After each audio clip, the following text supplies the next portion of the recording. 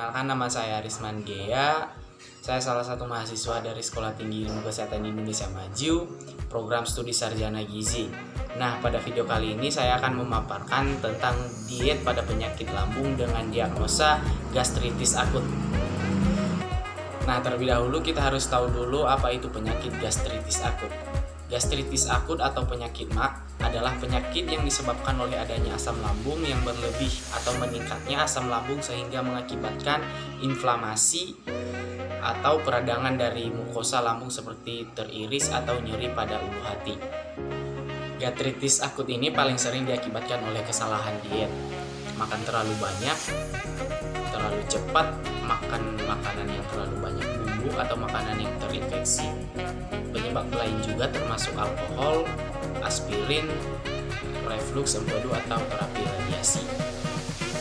Jadi sekarang saya akan menjelaskan diet bagi penderita penyakit lambung. Yang pertama-tama adalah jenis diet. Kita harus menentukan jenis dietnya dulu. Jenis diet yang saya pilih adalah diet lambung 1. Kemudian selanjutnya adalah syarat diet.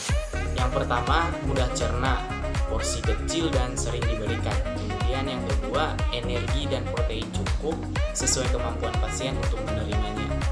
Kemudian yang ketiga, lemak rendah, yaitu 10-15% dari kebutuhan energi total yang ditingkatkan secara bertahap hingga sesuai dengan kebutuhan. Kemudian yang keempat, rendah serat, terutama serat tidak larut air yang ditingkatkan secara bertahap. Selanjutnya adalah nomor 5, yaitu cairan cukup terutama bila dan muntah. Kemudian yang keenam, tidak mengandung bahan makanan atau bumbu yang tajam. Kemudian makan secara perlahan di lingkungan yang tenang. Kemudian yang terakhir, yang kedelapan, pada fase akut dapat diberikan makanan yang parental saja selama 24-48 jam untuk memberi istirahat pada lambung. Nah, selanjutnya itu tujuan diet. Tujuan diet penyakit lambung 1 adalah untuk memberikan makanan dan cairan secukupnya yang tidak memberatkan lambung serta mencegah dan menetralkan sekresi asam lambung yang berlebih. Kemudian selanjutnya bentuk makanan. Bentuk makanan yang dianjurkan bagi penderita penyakit lambung yaitu makanan saring. Kemudian selanjutnya jalur pemberian. Jalur pemberian yaitu secara oral atau langsung melalui mulut. Kemudian selanjutnya frekuensi pemberiannya yaitu 3 kali makanan utama dan 2 kali makanan selingan. Selanjutnya itu makanan yang boleh dikonsumsi dan tidak boleh dikonsumsi oleh penderita penyakit lambung. Yang pertama itu makanan sumber karbohidrat. Yang boleh dikonsumsi itu beras dimasak dengan lunak, kemudian kentang direbus atau dipurei, kemudian roti atau tepung-tepungan dibuat puding.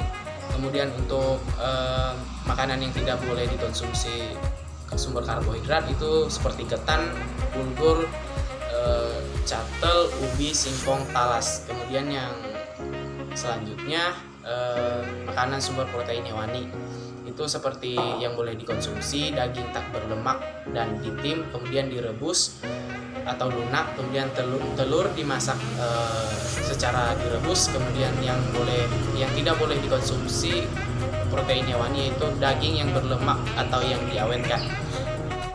Kemudian selanjutnya makanan sumber protein nabati yang boleh dikonsumsi seperti kacang hijau yang direbus, kemudian tahu atau tempe direbus juga, kemudian dikukus atau ditumis. Kemudian yang tidak boleh dikonsumsi kacang tanah, kacang tolo, kacang merah, dan kacang kedelai. Kemudian yang selanjutnya sumber lemak atau minyak yang boleh dikonsumsi itu seperti santan encer, minyak tidak untuk menggoreng, kemudian margarin dan mentega. Kemudian untuk makanan yang tidak boleh dikonsumsi sumber lemak dan atau minyak seperti santan kental, makanan yang banyak lemak dan gorengan-gorengan. Selanjutnya sumber sayuran, makanan yang boleh dikonsumsi seperti sayuran muda yang tidak banyak serat dan tidak menimbulkan gas seperti bayam, buncis, labu siam dan lain-lain. Kemudian sayuran yang tidak boleh dikonsumsi seperti sayuran mentah, kemudian kol, kembang kol, sawi, nangka, oyong, kangkung, daun singkong, dan daun-daun lainnya. Kemudian buah-buahan yang boleh dikonsumsi seperti sari buah, pepaya, pisang, buah dimasak atau disetup. Kemudian yang tidak boleh dikonsumsi seperti buah yang berlemak seperti durian, alpukat, dan nangka masak, buah yang diawetkan, atau kurma asinan buah. Kemudian selanjutnya itu minuman. Nah, minuman yang boleh dikonsumsi seperti semua jenis susu, teh encer, dan sari buah. Kemudian yang tidak boleh dikonsumsi seperti minuman yang mengandung soda dan beralkohol. Terakhir yaitu bumbu yang boleh dikonsumsi seperti bumbu yang tidak merangsang. Kemudian yang tidak boleh dikonsumsi seperti bumbu yang tajam seperti cuka, cabai, merica, acar, dan lain-lain. Terima kasih.